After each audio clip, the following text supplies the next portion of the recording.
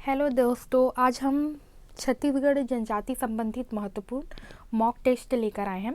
अगर आप सभी को हमारा वीडियो अच्छा लगता है, क्वेश्चन का कंटेंट अच्छा लगता है तो प्लीज़ ज़्यादा से ज़्यादा हमें लाइक करिए, शेयर करिए और सब्सक्राइब करें। और अगर आपको किसी और टॉपिक से संबंधित मॉक टेस्ट चाहिए तो आप प्लीज़ कमेंट करके हमें बताइए, चाहे वो छत्तीसगढ़ संबंधी हो या फिर भारत के इतिहास से संबंधित हो। और साथ ही हम अभी भारतीय संविधान संबंधित महत्वपूर्ण मॉक टेस्ट लेकर आए हैं, जिसका आज हमने पार्ट 3 अपलोड किया है। तो उस वीडियो को भी आप ज़्यादा से ज़्यादा देखिए और शेयर करिए और लाइक करिए, क्योंकि जब तक आप लाइक नहीं करेंगे तब तक हमें मोटिवेशन भी नहीं मिलता, और मोटिवेशन जब तक मिलेगा नहीं तब तक हम भी अपने कार्य को अच्छे से नहीं कर पाएंगे। तो आज का जो हमारा पहला प्रश्न है वो देख लेते हैं आप। संस्कारों के हिसाब से प्रमुख छत्तीसगढ़ी लोकगीत है। ए सोहर गीत, बी चुलमाटी गीत, सी परघैनी गीत, डी ये सभी। इसका जो सही आंसर है वो हो जाएगा हमारा ऑप्शन डी ये सभी। यहाँ पे क्या बोल रहा है, संस्कारों के हिसाब से प्रमुख छत्तीसगढ़ी लोकगीत। तो यहाँ पे सोहर गीत जो है वह भी एक लोकगीत है, चुलमाटी गीत है वह भी एक लोकगीत है, और परघैनी गीत है वह भी एक लोकगीत है। सोहर गीत जो होता है वो मुख्य रूप से संतान पैदा होने पर गाया जाने वाला मंगल गीत है। इसे संतान के जन्म और उससे संबंधित अवसरों पर गाया जाता है, खासकर जब बच्चे का जब नामकरण किया जाता है तो इस गीत को गाया जाता है। दूसरा है चुलमाटी गीत। चुलमाटी गीत जो है वो मुख्य रूप से विवाह के अवसर पर गाया जाता है, जिसमें चुलमाटी जो है वो एक विवाह का जो संस्कार है, विवाह का एक संस्कार है चुलमाटी जाना। तो इसमें वह गीत को गाया जाता है। ये एक्चुअल में विवाह से संबंधित गीत है जो कि चुलमाटी के समय गाया जाता है। सी है परघैनी गीत। परघैनी गीत जो है वो मुख्य रूप से बारात जब आता है तो उन्हें परघाते समय यह गीत गाया जाता है, जो मुख्य रूप से बारात के स्वागत के लिए गाया जाने वाला गीत है परघैनी गीत। इसमें स्त्रियां जो हैं वो यह गीत को गाते हैं और बारात पक्ष के लोगों द्वारा उन्हें चिढ़ाया भी जाता है। इस प्रकार की जो परंपरा है वह मुख्य रूप से इन सब गीतों में सम्मिलित है। अब है हमारा अगला प्रश्न। छत्तीसगढ़ में बसंत ऋतु में गाया जाने वाला प्रमुख लोकगीत है। ए फाग, बी सवनाही, सी सुआ गीत, डी इनमें से कोई नहीं। इसका जो सही आंसर है वो है हमारा ऑप्शन ए फाग गीत। बसंत ऋतु में गाया जाता है यह गीत फाग गीत। अब है अगला, वर्षा ऋतु में गाया जाने वाला छत्तीसगढ़ी गीत है। ए फाग गीत, बी सवनाही, सी सुबह गीत, डी इनमें से कोई नहीं। इसका सही आंसर है हमारा ऑप्शन बी सवनाही। अब है हमारा अगला प्रश्न। गुरु घासीदास जी का रचित गायन होता है। ए पंडवानी में, बी पंथी में, सी गम्मत में, डी इनमें से कोई नहीं। इसका सही आंसर है हमारा ऑप्शन बी पंथी में। पंथी जो नृत्य है वो मुख्य रूप से पंथी गीत जो है वो मुख्य रूप से सतनाम धर्म के लोगों द्वारा ईश्वर की स्तुति में गाया जाता है, और संत गुरु घासीदास बाबा जी के जीवन चरित्र एवं उनके जो उपदेशों का वर्णन किया जाता है इस गीत के माध्यम से। जिसमें पंथी गीत जब गाया जाता है तो उसमें गुरु घासीदास की के उपदेशों को और उनके जो जीवन की जो चरित्र है और जो कहानियाँ हैं उसे गाया जाता है। और यह गीत जो है मुख्य रूप से पंथी नृत्य के साथ गाया जाता है। पंथी गीत में पंथी नृत्य भी सम्मिलित होता है। अब है हमारा अगला प्रश्न।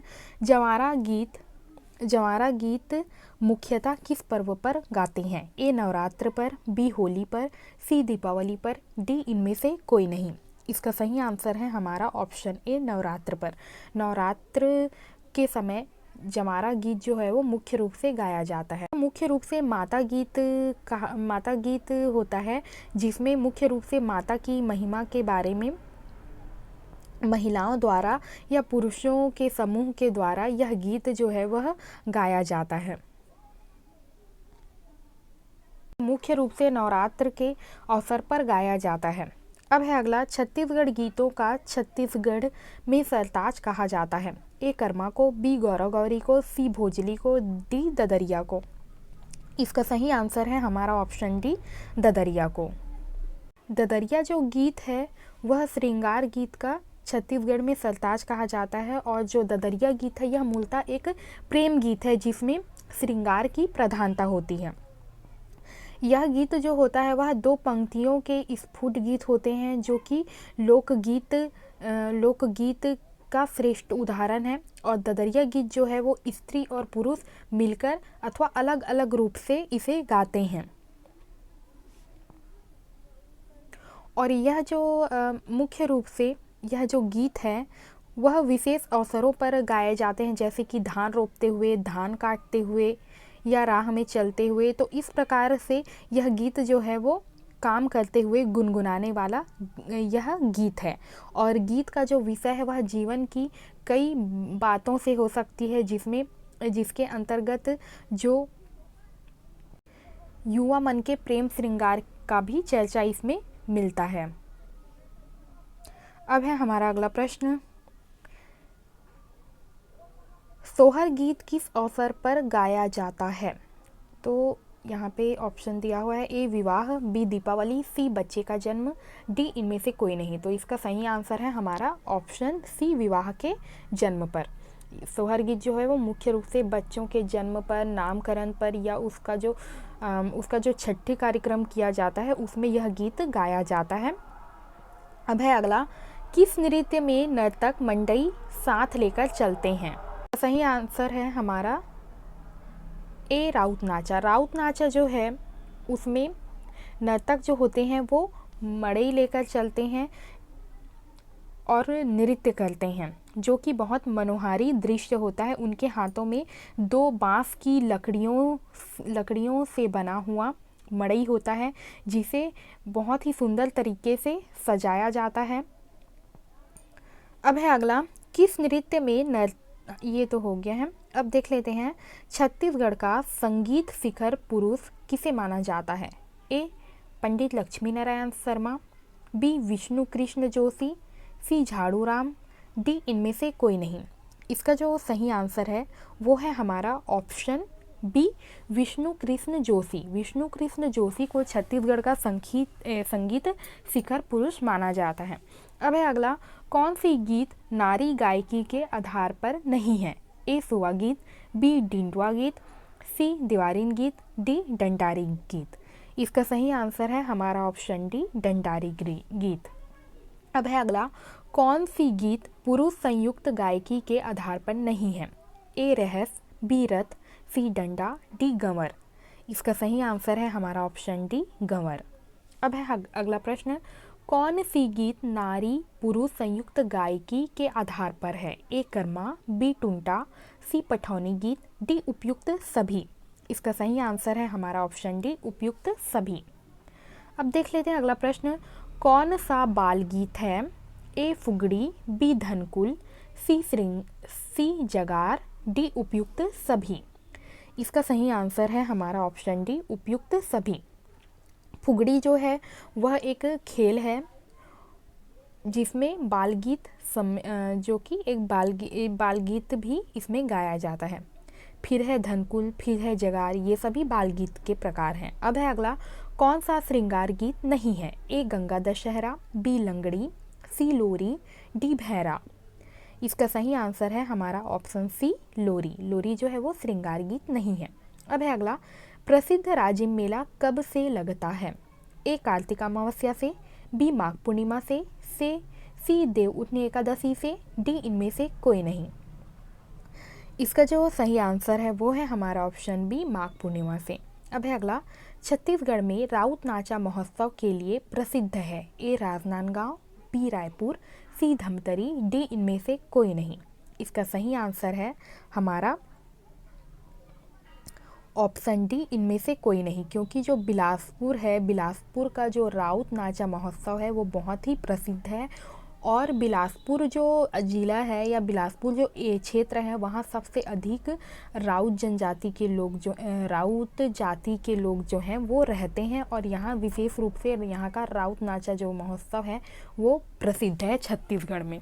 अब है अगला, छेरछेरा किससे संबंधित है? ए नई फसल कटने पर, बी पोला, सी होली, डी इनमें से कोई नहीं। इसका जो सही आंसर है वो है हमारा ऑप्शन ए नई फसल कटने पर। अब है अगला, हरेली का त्यौहार कब मनाया जाता है? ए पौष मास की अमावस्या को, बी बैसाख मास की अमावस्या को, सी सावन मास की अमावस्या को, डी इनमें से कोई नहीं। इसका सही आंसर है हमारा ऑप्शन सी सावन मास की अमावस्या को। अब है अगला, किस त्यौहार में गेड़ी पर चढ़ते हैं? ए हरेली, बी पोला, सी होली, डी दीपावली। इसका सही आंसर है हमारा ऑप्शन ए हरेली। हरेली के पर्व पर गेड़ी बनाया जाता है जिस पर बच्चे चढ़कर खेलते हैं। अब है अगला, पुत्र की लंबी आयु की कामना किस पर्व पर विशेष रूप से की जाती है? ए होली, बी तीजा, सी भोजली, डी हलषष्ठी। इसका जो सही आंसर है वो है हमारा ऑप्शन डी हलषष्ठी। हलषष्ठी जो पर्व है वह मुख्य रूप से पुत्र की लंबी आयु और उनके स्वास्थ्य के लिए किया जाने वाला व्रत है जो कि मुख्य रूप से माताएं करती हैं। अब है अगला प्रश्न, हबीब तनवीर का संबंध है ए कविता से, बी पत्रकारिता से, सी रंगमंच से, डी राजनीति से। इसका सही आंसर है हमारा ऑप्शन सी रंगमंच से। नाचा का रंग कर्म में प्रयोग करने वाले हबीब तनवीर का निधन कब हुआ? ए 8 जून 2009, बी 8 जुलाई 2009, सी 8 अगस्त 2009, डी इनमें से कोई नहीं। इसका जो सही आंसर है वो है हमारा ऑप्शन ए 8 जून 2009 को। अब है अगला, छत्तीसगढ़ नाचा का भीष्म पितामह किसे माना जाता है? ए दाऊ दुलार सिंह मंदराजी को, बी झुमुकदास को, सी झाड़ूराम को, डी इनमें से कोई नहीं। इसका सही आंसर है हमारा ऑप्शन ए दाऊ दुलार सिंह मंदराजी को। अब है अगला, पुरखौती मुक्तांगन कहाँ स्थापित किया गया है? ए रायपुर में, बी धमतरी में, सी महासमुंद में, डी दुर्ग में। इसका सही आंसर है हमारा ऑप्शन ए रायपुर में। अब है अगला, रायपुर के महादेव घाट का प्रसिद्ध मेला किस नदी के तट पर लगता है? ए पैरी नदी, बी महानदी, सी खारून नदी, डी इनमें से कोई नहीं। इसका जो सही आंसर है वो है हमारा ऑप्शन सी खारून नदी।